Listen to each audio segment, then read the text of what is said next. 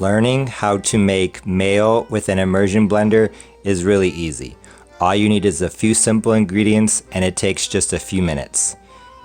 I'm using 1 cup of oil or 240 grams, in my case canola oil, 1 large egg, 1 tablespoon of acid, in my case lemon juice, and 1/4 teaspoon of salt. For the oil, I recommend that you use a neutral flavored oil like canola or sunflower or vegetable, because if you use olive oil, especially extra virgin olive oil, which has a strong flavor, that flavor will overpower the mayo, and if you put your mayo on a sandwich or use it in another recipe, that dish is going to taste like olive oil. If that is your goal and you want olive oil mayo, then you can use that. But if you are looking for a more normal commercial olive oil that's available in the United States, then you should probably use a vegetable oil, a soybean oil, something like that. The large egg is at room temperature, as is the oil, as is the acid. If you don't want to use lemon juice, you could use lime juice, apple cider vinegar, distilled white vinegar, red wine vinegar, but be careful with the red wine vinegar because it has a strong flavor and it will overpower the mayo. But once again, if that's what you want, go for it. In terms of the salt, some recipes call for as much as half of a teaspoon of salt. I'm using 1/4 teaspoon because I want there to be salt, but not too much. I know a lot of people are trying to cut back on their salt nowadays. So if you want to use 1/8 of a teaspoon, I think it'd be okay, even no salt. So if you really just don't want any salt at all, I think that would be fine. A lot of recipes call for putting the egg, the acid, and the salt into the container and then blending it really quickly and then slowly pouring in the oil. They say it helps everything come together better, but I usually just put it all in at once. I think it's easier. Something else does not have to get dirty. So all I'm going to do is put everything into this container.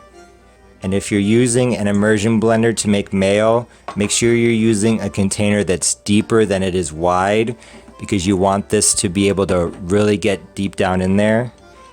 And if you're using a really wide bowl, that's going to be difficult. Now all I'm going to do is I'm going to insert the immersion blender into this container and start beating it. I'm going to start on the bottom, and then as it starts to come together on the bottom, I'm going to lift the immersion blender up.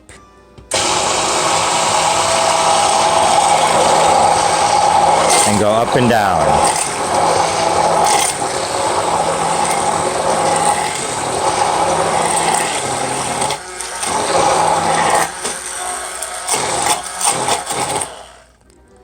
So, as you can see, in probably less than 30 seconds, we have homemade mayo. This can be kept in the refrigerator covered for up to 1 week. It will get a little bit thicker in the refrigerator, but this is pretty easy. I don't buy mayo that much, and honestly, I think it's kind of expensive when you do buy it. So if you have oil, if you have a lot of oil left over from making a cake, and you have eggs, and you want to use up the oil, and you need a recipe that calls for mayo, why not just make mayo with your immersion blender and make good use of the ingredients? It's a lot cheaper. Very quick and easy and simple, and a good way to save some money.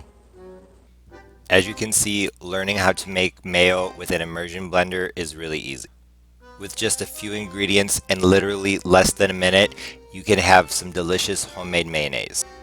Although I recommend using a neutral flavored oil, I bet you could get really creative and come up with a lot of combinations of oils and acids.